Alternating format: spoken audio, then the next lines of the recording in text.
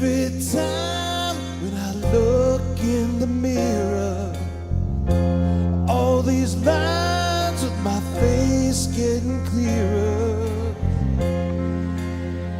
The past is gone, and when light does the dawn, isn't that the way? Everybody's got the dues of life to pay.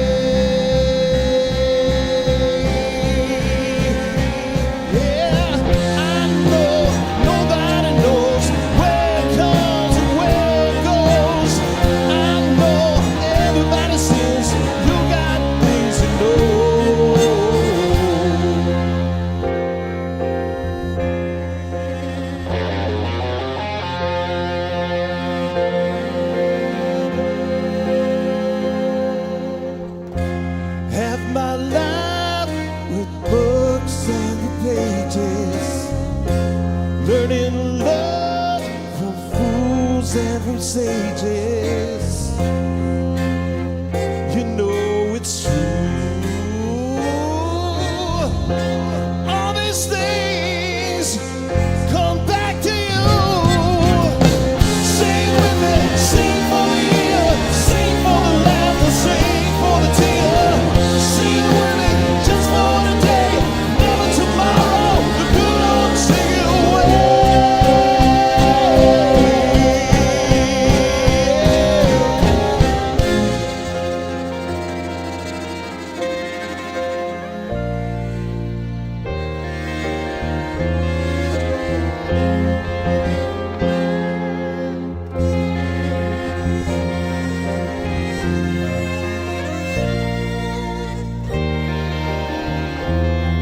Well, sing with me, sing for the year, sing for the laughter, sing for the tear. Sing with me just for today, never tomorrow. The good Lord sing it away.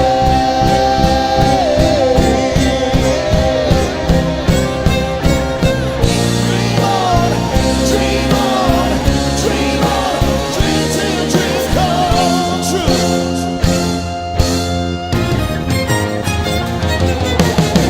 Dream on, dream on, dream on, dream until your dreams come true.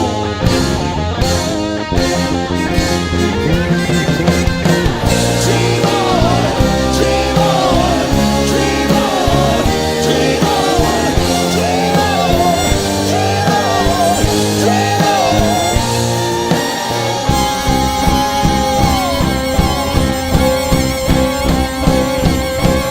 Sing with me, sing for the year, sing for the laughter, sing for the tear.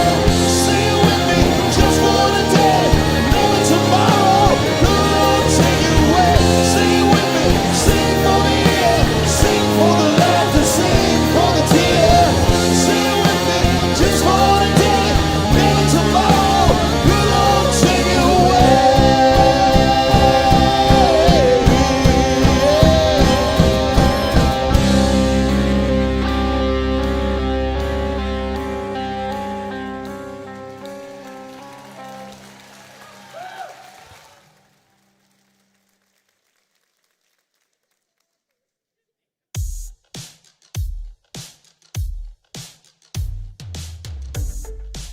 Hello, everyone.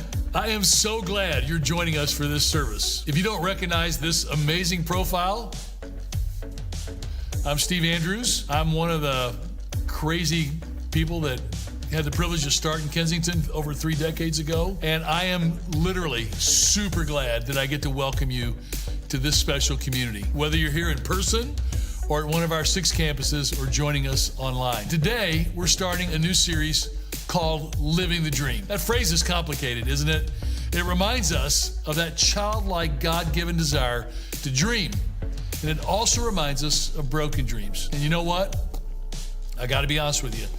I feel like I've been living the dream my whole life. It's not that life has been without bumps and hardships, disappointments, but certainly for the past 31 years, I've seen the dreams of my own heart come true through amazing people like you. A crazy group of us had the nutty idea to start a church that wasn't like church. And for years and years, we got to see thousands of people join in to make that dream a reality. God has continued to bring amazing, humble, talented, teachable people who give their time and talents to serve. Our volunteers are the warriors of this movement. You make Kensington possible. And there are so many different ways to serve.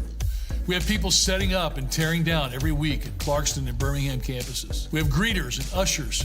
We have people rocking babies, leading small groups, serving coffee, parking cars. We have amazing musicians and singers that give their time every week. There are volunteers praying, doing security, photography, and so much more. And I certainly am one of those who are so grateful for every one of you. And if you haven't found your place yet, I encourage you to check out all the opportunities that Kensington has to offer. And I want to say thank you from the bottom of my heart. The other thing I want to talk to you about today is baptisms. I've been thinking about how Jesus called himself the living water. There's something so powerful about that image of how he quenches the thirst of our soul in a way that nothing and no one else can. And water is what we use to cleanse everything, ourselves, our clothes, our dishes, our cars. But this symbol of baptism, being plunged beneath this flood of pure water, it actually makes sense even though its start was with the early believers over 2,000 years ago. If you're a follower of Jesus and you're committed in your heart to continue this faith journey, then this may be your next step. As we surrender to the water, it's a picture of how we surrender to Jesus and we rise up again, made new. Our team and myself, we've been able to participate and observe thousands of baptisms over the last 30 years, and it never gets old. It's actually the opposite. It's always new. I want to invite you to take part in this special sacred event. We have baptisms coming up, and this might be the time in your story to take that step. So let's return to our services now, and let's learn what God wants to say about what it means to live the dream.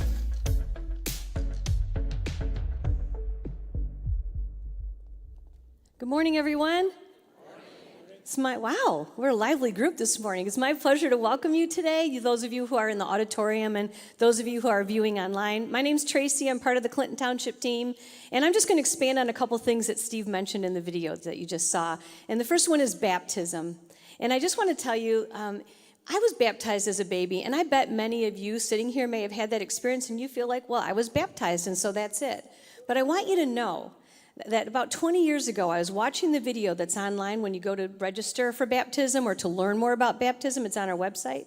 And I understood for the first time that as an adult, the Lord is telling me to be baptized. It's not a suggestion. He says, go into all the world and baptize in the name of Jesus. And I felt overwhelmed by that desire to say, this is what I believe and I want everyone to know it. So like Steve said, if you are sitting in the seats right now and maybe you're having that inward movement in your heart, this is an outward expression to show what you believe. It is such an exciting event to be a part of too. So if you're not ready to be baptized, we still want you to come because there's nothing like all of our campuses together. Next Wednesday night, we gathered together at the Troy campus to witness the people's baptisms who have made that decision.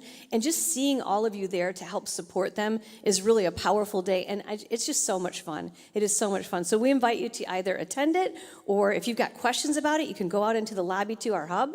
We talk about that every week. The hub is there for you. It's not there just for new people. It's there for everyone. If you have a question about anything, you can always go to the hub and talk to our volunteers there in the orange shirts and ask them any question that you have. So next week, baptism, go online. You can get more information or out to the hub. Super, super cool day. We invite you to be a part of it. Come and picnic with us. And then also he talked about volunteer recruitment, and that is super near and dear to my heart because I used to lead those teams. And so one thing is consistent that I remember is usually people sign up because they feel like, oh, they need help.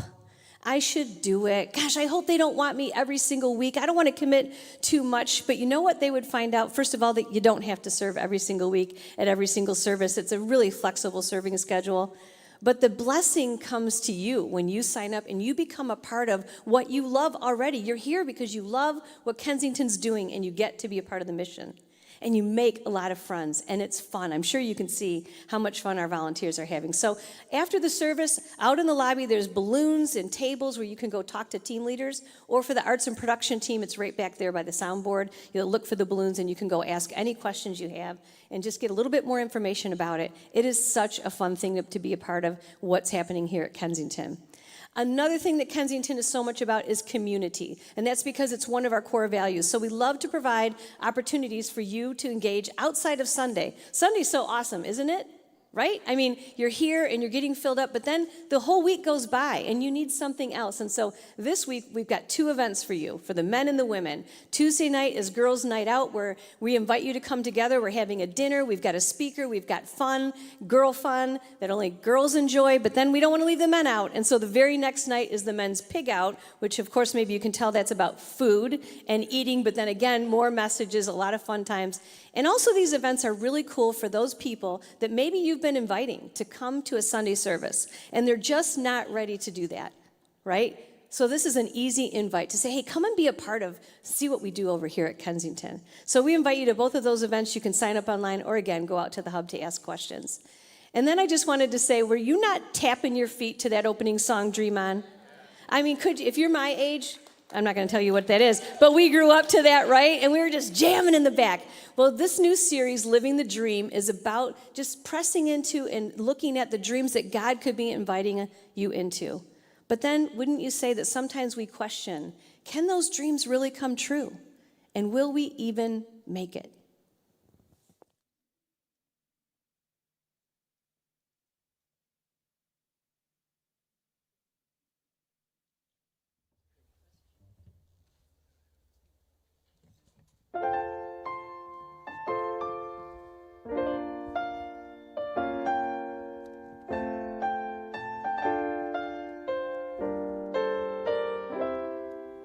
When I was younger, I was a dreamer. Sky was the limit for me. As I got older, I started to figure it's not that simple, you see. Just 'cause you want it don't mean you got it. What if I don't measure up? Hard work is given, but I hate to admit it.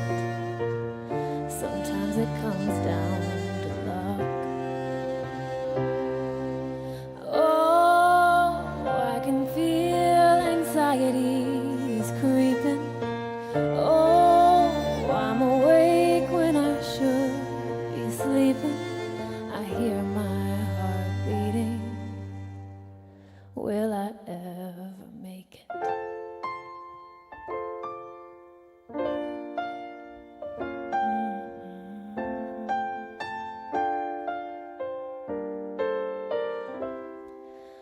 I can't remember 1,000 complimenters. One critic drowns them all out. I'm overthinking, feet warm and sinking. How do I fight back the doubt? Oh, I can feel anxieties creeping. Oh, I'm awake when I should be sleeping. I hear my heart beating. Will I ever make it? Oh, what if I lose? What if I look like a fool? What would I do if the only thing that I've ever loved turned out to not love me back?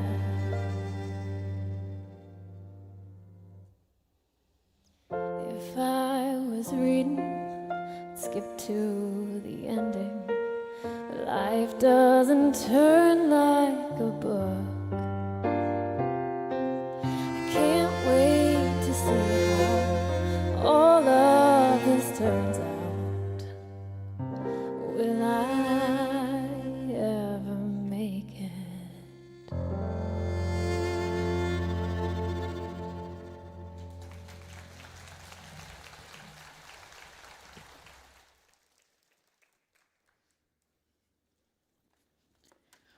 Well, good morning, everyone.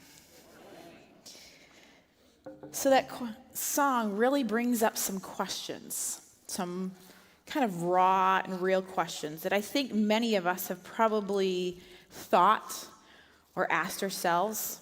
Maybe we thought it this week, or maybe even yesterday, or maybe even this morning. What if I don't measure up? What if I look like a fool? Will I ever make it? And these questions can so easily bombard our thoughts. And the song really kind of took us on a journey where it began in childhood, where we have like this wonder and almost dreams and possibilities that anything could happen in life. And it led us to this place where life felt more like a question of even, am I living the dream?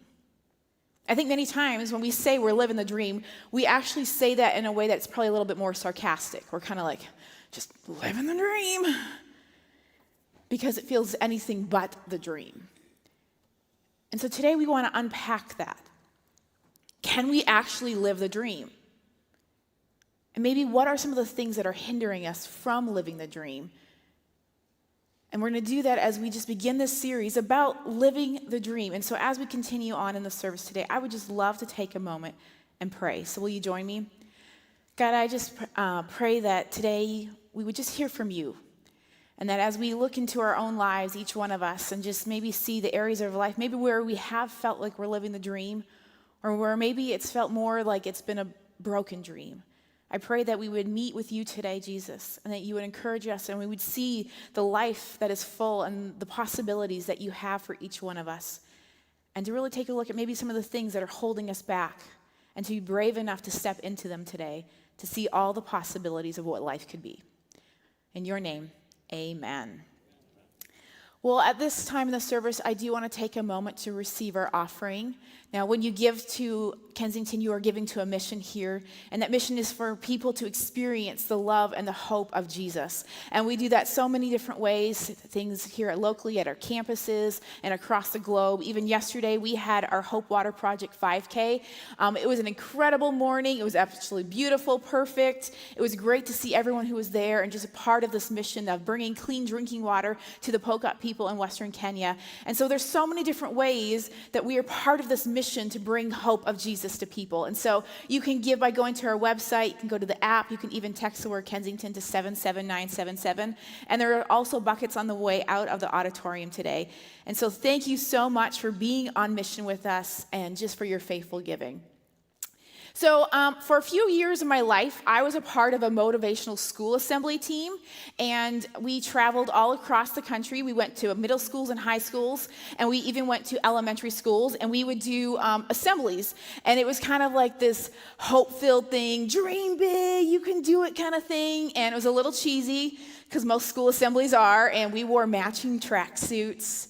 And we did power feats. They had stacks of bricks, and they'd break them with their arm or their head, and I brought a picture. So I have a picture of my school assembly days. I'm in the background there. I'm hyping them up. You see a guy blowing up, that's a hot water bottle, like you would put in your bed. They blow it up till it explodes. And the guy, he is ripping a phone book in half, so you would take a phone book, and you'd literally just rip it in half. Now, I don't want to brag, but I know how to do it. And I really thought about bringing one, but then I realized I don't think they make phone books anymore. So that dates me right there. But so we would do these school assemblies, and we'd always ask a question to the students. Who here has a dream? Or what's your dream? And every now and then when we got to go to an elementary school, that was probably the funnest, because we'd ask that question and they were like, I have a dream. And you'd be like, okay, what's your dream? And we'd ask them to share. And so you'd hear everything like, I want to be a firefighter, or I want to be a dancer, I want to ride horses. And you're like, oh, that's amazing, that's so cool. And then we'd have one that would be like, I want to be Santa Claus. Yeah, that would be really cool. Okay. Or I want to be a rocket ship. Yeah, you get to go in space and go up in the rocket ship. No, I want to be the rocket ship. Dream big, kid. Like, what else are you going to say? But it seems like when we're kids, we have these dreams.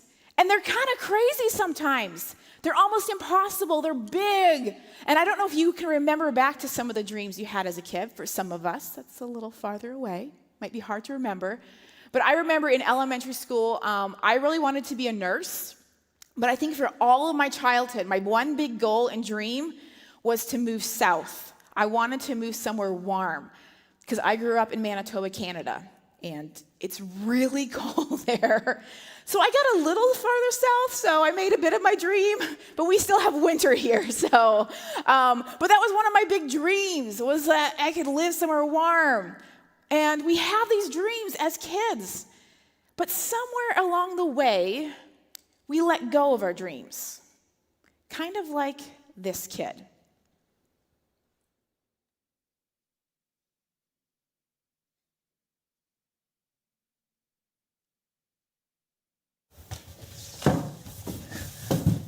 You wanted to see me?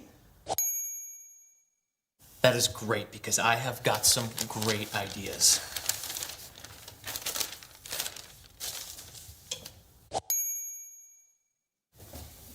Dreams. Good morning. Listen, we've had some good times. The best of times. Yes, but as you know, I'm turning 9 next week. Remember the time we hopped that fence and jumped on them goats at the petting zoo to rescue the train that had been hijacked by your older brothers? Of course I do. But that's not why I...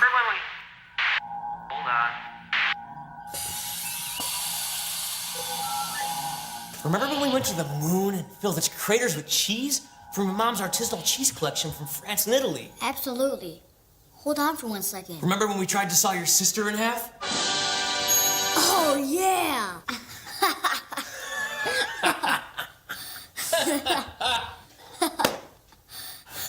Will you listen to me for 1 minute? There comes a point in every man's life where he has to grow up. I'm not getting any younger. I got my future to worry about. Uh-huh. I've got responsibilities. A dog, a room to myself, homework is right around the corner. I have to let you go, man. What? You heard me. I have to put those childish things in my past behind me and reprioritize my life. But kid, I'm your dreams. You're supposed to value your dreams. You can't throw your dreams away. You can't stop dreaming. You can't stop this. Ooh. You can't stop this. Check that out. You gonna throw this away? You need to pack up your things and leave. We had so many wonderful plans, activities, arts, and crafts. I can't believe you're letting your dreams go. I thought you were gonna be different than the rest of them. Please, don't make this harder than it needs to be. Allow me to see you to the door.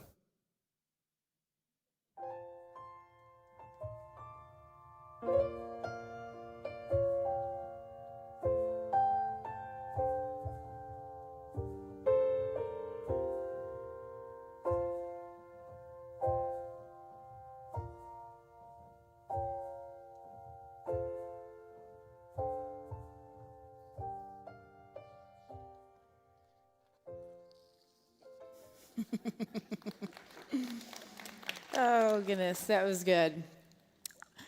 I don't know if your dreams were a dude in white spandex. If so, cool. But there seems to be a point, though, in our life where we let go of some of our dreams. And yet, the Bible tells us that there's a different life for us, that we actually can have a life that is full and abundant. But yet we somehow let go of that, and it doesn't feel like that's what we're living. And so we find this verse, it's probably one of the most famous verses talking about this in John 10:10. And it says that I have come that they may have life and have it to the full. So what happened? Because that's a life that's full of purpose and meaning. It should be full of dreams, but yet for many of us, that's really not the reality that we are living in our day-to-day life. So what happens? Now, I don't know if you've noticed this, but there's many things I think we do in life the same way every time, even though we don't get different results, but yet we continue to do it the same way. I know I've done this many times, but you go to the fridge and you open it up and you're like, nope. You walk away, 20 minutes later, where are you? You're like, no. then what do you know? You're back there, and you're like, there's no fridge fairy, okay? If you have a fridge fairy, let me know. But nothing has changed, but yet we keep repeating that same behavior again and again, even though we're not getting different results.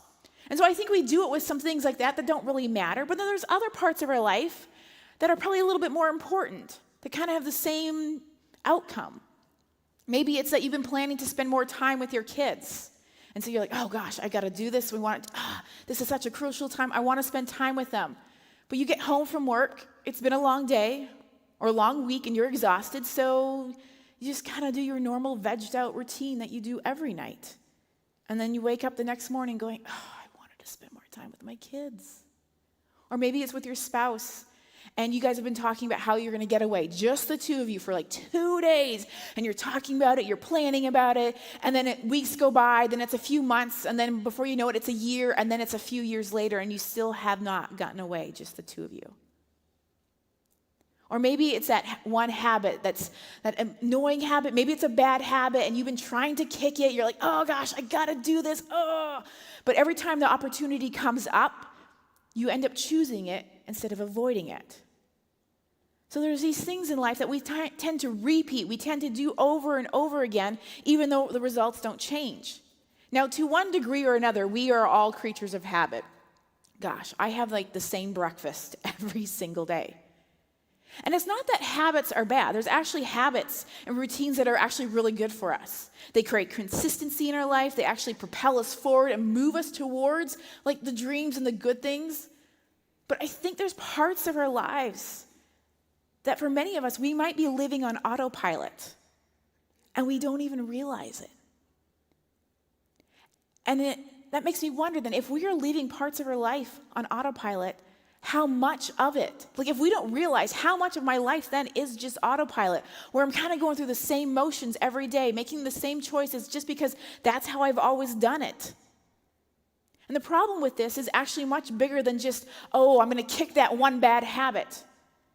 But the problem is actually that, you know what, we almost create a sense of immunity to change. And that we ourselves become the biggest barrier to living and being able to be more and do more. And we even risk missing the full experience of the transformation that Jesus has to offer us. And so in this series over the next couple of weeks, we're going to talk about what it looks like to step into maybe living the dream and living this life that is abundant and full that God has for us. Now, we're going to be doing that through a story of the Israelites. And so this is found in the Old Testament. And at this point in their story, they're not living the dream. It's kind of more like a nightmare, we're going to find out here. And so we're going to pick up their story in the book of Judges. And so this is in Judges chapter 6. And it says, the Israelites did evil in the eyes of the Lord. And for 7 years he gave them into the hands of the Midianites. Because the power of Midian was so oppressive, the Israelites prepared shelters for themselves in mountain clefts, caves, and strongholds. Whenever the Israelites planted their crops, the Midianites, Amalekites, and other eastern peoples invaded the country. They camped on the land and ruined the crops all the way to Gaza and did not spare a living thing for Israel, neither sheep nor cattle nor donkeys. They came up with their livestock and their tents like swarms of locusts. It was impossible to count them or their camels. They invaded the land to ravage it. Midian so impoverished the Israelites that they cried out to the Lord for help. So this passage begins by telling us that the Israelites have done evil in the eyes of the Lord. Now, basically that means that Israel had been living in sin. Because really, God had given them some very specific instructions on how to live. And at this point, they've been choosing not to live that way. And because of that, it has created this cycle in their life. This cycle of 7 years of basically hiding, being under attack, living in fear for 7 years as the Midianites and others oppressed them and overpowered them. I mean, to me, that is definitely not the dream. I don't think hiding out in a cave is how I picture my life and be like, oh my gosh, this is the best thing ever. And so they get to this point where they're desperate, they're done. 7 years of this. So they cry out to God for help. So we continue their story. Verse 7, it says, when the Israelites cried out to the Lord because of Midian, he sent them a prophet who said, this is what the Lord, the God of Israel, says. I brought you up out of Egypt, out of the land of slavery. I rescued you from the hand of the Egyptians, and I delivered you from the hand of all your oppressors. I drove them out before you and gave you their land. I said to you, I am the Lord your God. Do not worship the gods of the Amorites in whose land you live. But you have not listened to me. So they cry out to God for help. And after they do that, God sends them help. He sends them a prophet. Now, the role of a prophet was not to predict the future.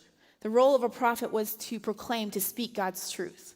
And so the prophet goes on to really just remind them of all the times that God has rescued them. Like he rescued them out of Egypt, out of slavery. He rescued you from your enemies, your oppressors. He just lists this whole list of all the ways they have been rescued, that God has done this. Which really kind of gives us an idea of maybe why they're kind of in the place they are in. There's this cycle of something happens and God rescues, and God rescues, and God rescues. That God was like, I have these instructions for you. Like, you're only to worship me. I am the true God. Do not worship the pagan gods or multiple idols. And if they would follow the instructions, if they were obedient in that, then they would have this life that is full and abundant. It would be the dream. It would be the promise that God had for them. So they would get that because of their obedience. But in their disobedience, they would lose it. So the Israelites have been living in disobedience. And so now they're caught in this cycle again. Now, I think it'd be really easy to kind of just stand back and be like, Israel, like, just get your act together. Like, all you have to do is actually listen to God and then, like, go obey and do what he says. And then everything in your life will change. Easy enough. Come on, guys. Why are you complaining? It's because of you. Okay, yep. But I don't think we're that unfamiliar with probably getting caught in cycles and patterns in our life. That we are probably unhealthy, could be even harmful, but that are really hard to break. Gosh, I know I have. I mean, I was just thinking about it this week. I used to be a huge Coke drinker. I mean, easily 15 years, at least one a day, probably more like twice a day I'd have Coke. I would wake up and have Coke at breakfast, and my excuse was like, well, I don't drink coffee, so it's okay. No, it's awful. And I knew it was bad for me. And I tried to quit drinking it, like, I can't tell you, like 1,000 times. I'd make it like 2 days, and then I'd be like, oh, whatever, something would come up. Or it'd be like, we're going out to the movies on Friday night, and I'd be like, well, I'm at the movies. It's a fountain Coke with popcorn. There was always an excuse, and honestly, it felt terrible. Like, I could not quit that habit of drinking it, even though I knew it was bad for me. It was awful to try and quit. But I also know that there has been other, I want to say almost deeper and even more destructive habits and cycles in my life. My insecurities have definitely created unhealthy patterns in my own life. Because insecurity feeds off of itself. So then when I'm insecure about something, then I had this need to be perfect.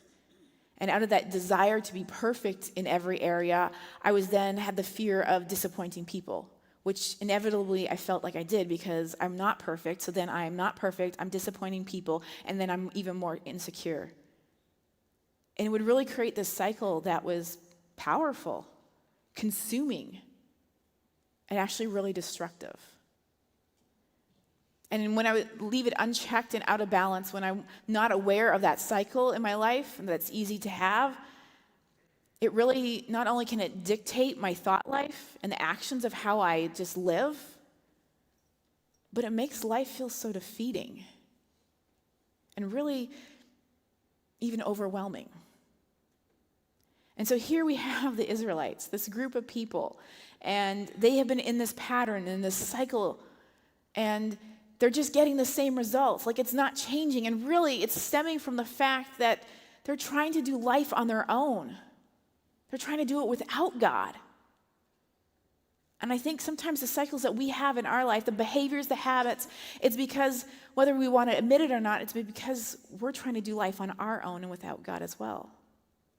And the thing is, the Israelites, because of this, they were actually creating a future for themselves that they probably didn't want.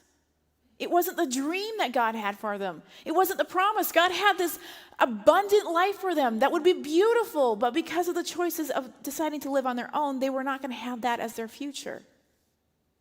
And I think sometimes without realizing it, when we're on autopilot and when there's unhealthy habits and patterns in our lives, we are choosing a future that we probably don't want, and that is probably very different than the dreams and this abundant life that God has for us. Now, for those of us who are Christ followers here today, I think we need to remember that it is much more than just believing in God or praying.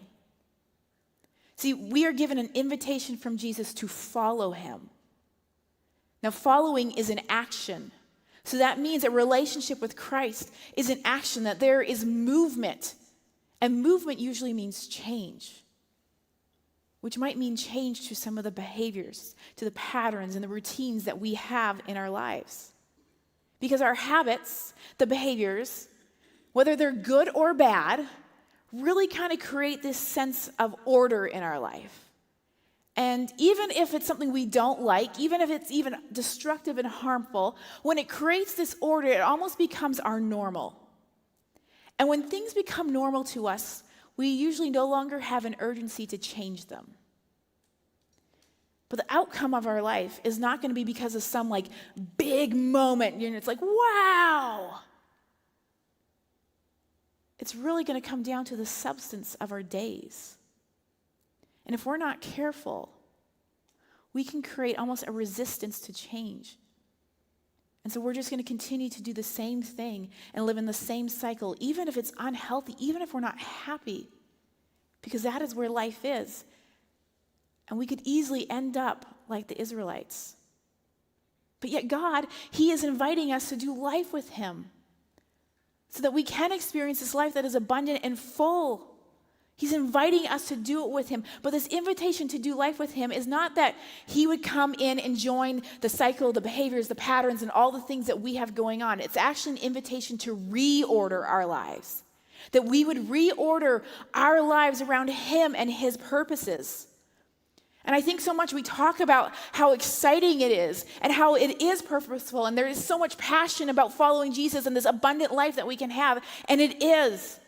But I think we also have to understand that when we walk this life with Jesus and we make that choice, he's going to offer us change, to change our life around him. And many times that might feel uncomfortable. And so then we have to decide, are we going to choose that change or are we going to reject it? Now, there's many reasons why people don't change, why we'd rather almost just stay back in some of the habits that we have, even if they're unhealthy, even if it feels like it's painful to us. Instead of moving towards maybe the life that we desire, it could be things from our past, it could be failure, it could just be the uncertainty of what's ahead, the loss of control, fear. There's so many things. When I was studying this week, I came across an article out of Forbes magazine, and it listed the 5 top reasons why people don't change. And it said the first one is they don't know how to sustain motivation. So it's like you come out of the gates, you're like, yeah, I'm going to do this. And then it's like, throw in the towel, you quit. It's like you really want to, but you don't actually know how to sustain that change. You don't know how to go the long haul. The second reason why people don't change is they have the desire, but not the tools to create change. So you want it, you really, really, really, really want it. It's like, oh gosh, I'm going to quit doing it. I'm no longer, but you actually don't know how to, and you don't do anything about it. So there's no coming up with a plan, there's no getting a support system, there's no tools to actually help you change. The third reason people don't change is what they thought they wanted isn't turning out to be right, but they don't pivot. So it's like you're going, okay, I'm going to do this, and we're going down this path, and then you hit the wall, and you're like, okay. And you just stay there. You don't change. You don't come up with a plan B. You just get stuck. The fourth reason people don't change is their confidence has been flattened, and they don't know how to rebuild it. So something has happened. You've been knocked down. Maybe it was an emotional thing. Maybe it was a financial. You went broke. Maybe it was somehow you were shamed in a relationship, publicly, on social media. Something happened. And now your self-worth, your confidence, and everything of who you are is completely gone. and you don't know how to get back up. And the fifth reason people don't change is new life challenges bubble up to shift their priorities. So maybe you're like, okay, we got this, we're doing this, but then something happens. Your spouse loses a job, so now your focus is over here, and everything that you were trying to do and change in your life no longer is happening because your priorities have shifted. But if we actually want to step into living our dreams, change has to happen. Now, someone I follow on social media, he's a psychologist, an author, and a professor. He posted something this week that I thought was so fitting for this message. And he said, in the short run, change involves risk. In the long run, not changing often poses more risk. Over time, failing to evolve is a recipe for mediocrity and obsolescence. When you weigh the immediate costs of changing, don't overlook the lasting costs of clinging to the status quo. Not changing actually is a greater risk. It is more costly to us when we choose not to change. If we actually want to see growth, if we want to step into this life that is abundant and full that God has for us, you have to change. Change is imperative. So then how do we do that? So how do we actually change? How do we change some of the unhealthy patterns and maybe the cycles that are holding us back? I think in order to be able to change, we have to understand maybe why we have some of those patterns in our life to begin with. In Romans chapter 7, it says, "For I do not understand my own actions. For I do not do what I want, but I do the very thing I hate." That basically sounds like a habit where you're like, I don't want to do this, but yeah, I'm stuck in this.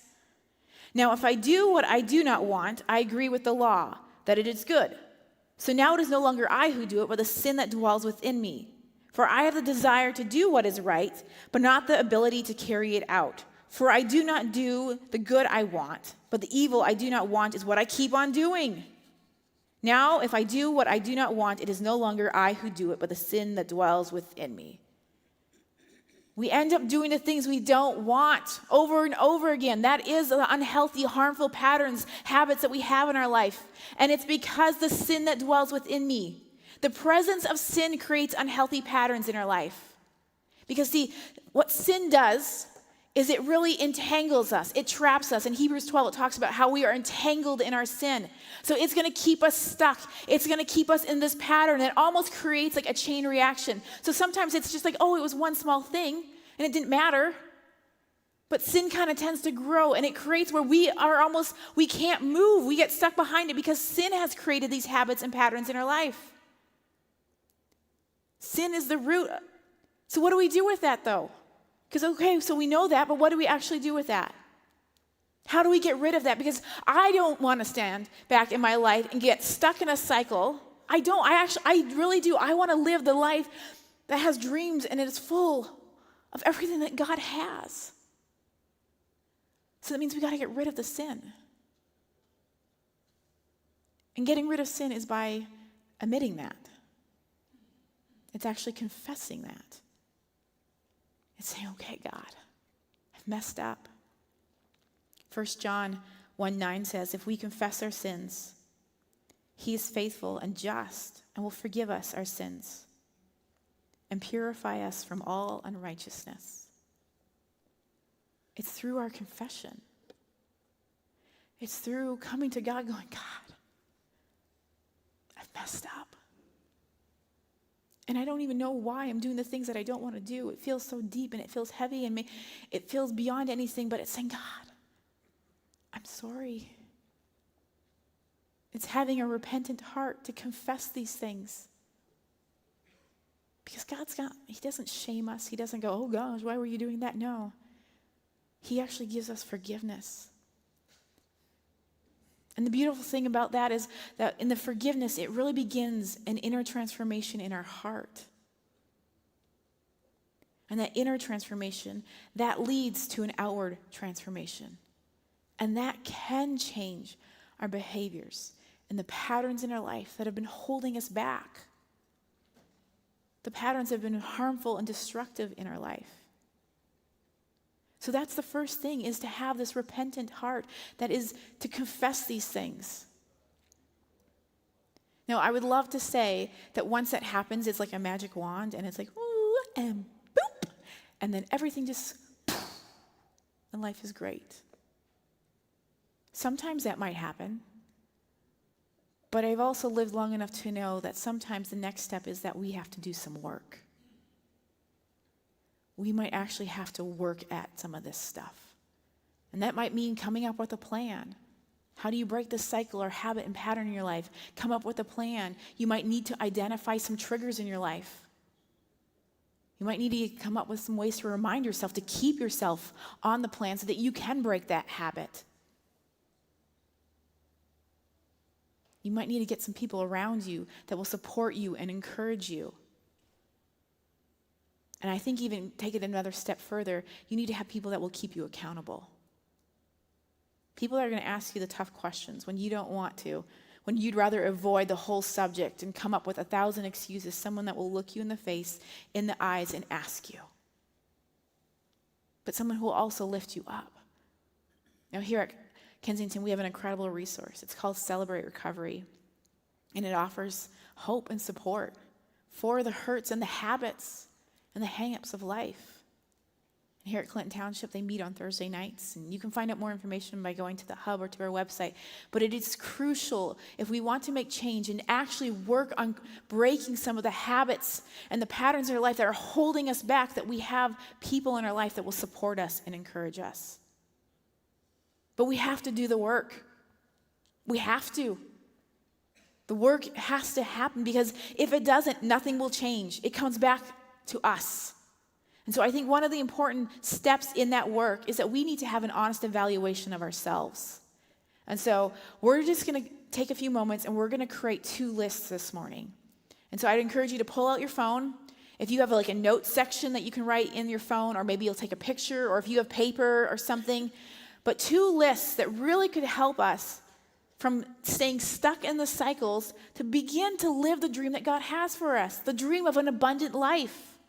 And so the first list is this: to list out the unhealthy patterns and routines that seem to have you stuck in a cycle of the same thing over and over again. So this is the unhealthy things. This is maybe harmful, destructive. It could even be toxic in your life. And this could be anything, because I really believe it's about our physical, emotional, and spiritual well-being. So it can be literally anything. We're talking lack of sleep could be an unhealthy pattern that then has an effect and a cycle in our life. It could be a dependency on food, alcohol, dependency on your work, a dependency on a relationship. Some of us bounce from one relationship to the next, and it's toxic, and we're looking for our self-worth and value in someone else. And it is a pattern in our life. Maybe it's a pattern in your life that you always play the blame game. So it's never your fault. You always accuse someone else. It's someone else. It's always them. It's never you. Or maybe it's a pattern in your life that you don't have healthy community around you. What are some of the things that are holding you back, that are keeping you stuck? What are they? Have an honest moment and say, okay, this is what's holding me back. And then the second list is to create a list of the habits, the routines, and behaviors in your life that you want to start, that will lead you towards a life that is abundant and full. Because remember, habits and routines, that's not bad. They can actually propel you towards a good life, to live the dream. It's whether or not they're healthy or harmful. So what are some of the things that you could start that would push you in that direction? It could be just drinking more water, exercising a few times a week, or having a family dinner, or maybe Friday nights is family game night. Or maybe it's the fact that you put it in your calendar to have a date night with your spouse once a week, once a month, whatever it is. But that is a commitment into your relationship to develop that routine. Or maybe it's a habit to say, you know what, I'm going to leave work at work so that when I come home and I'm present. What are some of the healthy things you can put into your life? Maybe it's saying, I'm going to put a routine in my life to spend time with God at a specific time every day, to read the Bible, to pray, to reflect, to talk to Him, to have questions, whatever that may be. Because you know what? For some of us, if we don't actually set a routine for that, it's just not going to happen. Put it in your calendar. There's an alarm every day, 6 a.m., 9 a.m., 10 p.m., whatever works for you. But to develop a habit for your relationship with God. What are the things that we can do? And I think it's so crucial that we write this down, because I know what happens. If I just think it, I'm not going to do anything about it. But when I write it down, there's almost like a commitment to myself. But I would encourage you to take it a step further. Show your list to someone that you trust, someone that really knows you. Because many times the people that really know us, they're going to be able to maybe spot out some of the blind spots that we have in our life that we probably didn't see. But they're also going to be able to see the potential that we might otherwise miss. Show it to someone.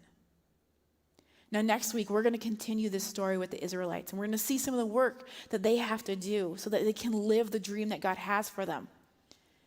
And we're also going to meet a guy named Gideon and the role that he plays in that. But for us today, I think it comes back to one thing. It comes back to our hearts. It comes back to having a surrendered heart. A heart that says, you know what? I can't do this on my own. That I need Jesus. I need Jesus to intervene in my life, to help break some of the habits, the behaviors, and the cycles that I've been stuck in. That where I have felt hopeless, that has been destructive in my life. I need Jesus. And to have a heart that confesses, that repents and says, okay, God, I'm sorry. And a heart that leans into Christ to say, lead me to this life that is abundant, that is full. Lead me to the dream that you have, because if we really want to live the dream, it comes back to our hearts and having a surrendered heart. Will you pray with me? God, I know for each one of us today, there are areas in each one of our lives that we probably have some unhealthy habits and patterns. Some might be small and simple, but others may have been there for years. And we've been battling it. And every time we've gone to try and break that habit or break that cycle, it has felt like we have failed miserably. Or that we just can't, we don't have the strength, it doesn't seem to work, or it seems like we somehow get sucked back into it. And I just pray that today, God, would be just a step knowing that, one, we don't have to do this on our own. That you are a God who is with us. You are a God who will journey with us, and you are our strength. But God, I pray that you would help us break some of that. I believe that you can break those habits and cycles, God, in our life. That we would be open and honest with you where there has been sin in our life, where we've been stuck. But God, in all of that, Jesus, I pray that our hearts would be surrendered to you so that we could step into living this life that is abundant, that is full of passion and purpose for the dreams that you have for us. I believe you have dreams for each person here today, God. That we would step into that. That we could say, I am living the dream because I'm living my life around who you are, God.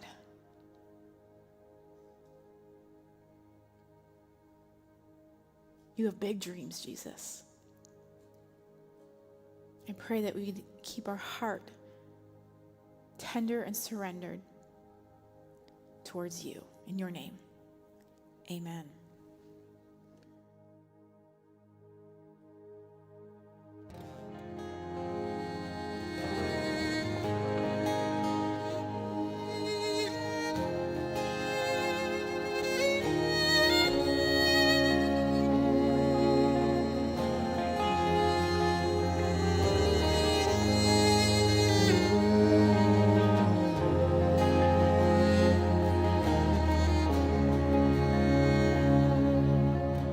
Search every hidden crevice,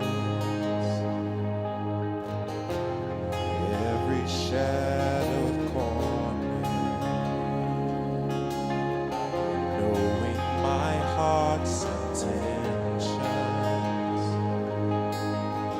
You make me more like you. You make me more like been holding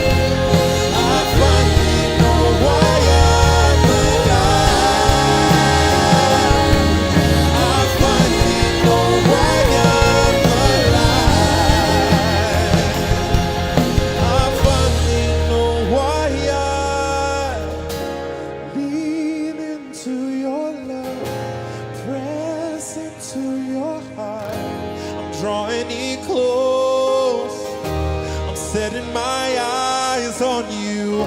I lean into your love, press into your heart. I'm drawing in close. I'm setting my eyes on you. I lean, I press into your heart. I'm drawing in close. I'm setting my eyes on you. I'm leaning in, pressing. I'm drawn in close. I'm setting my eyes. I'm leaning, press into your heart. I'm setting my affections on things above, not of this world. Oh, I lean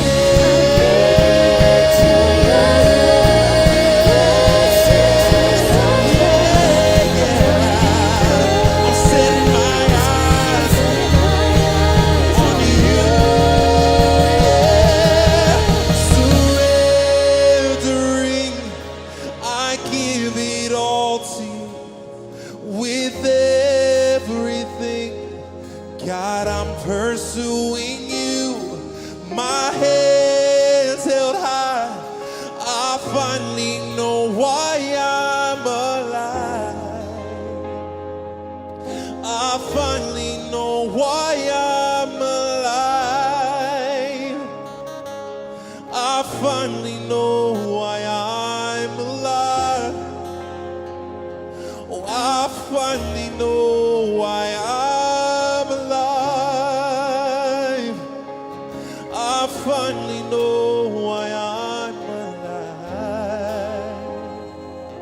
I finally know.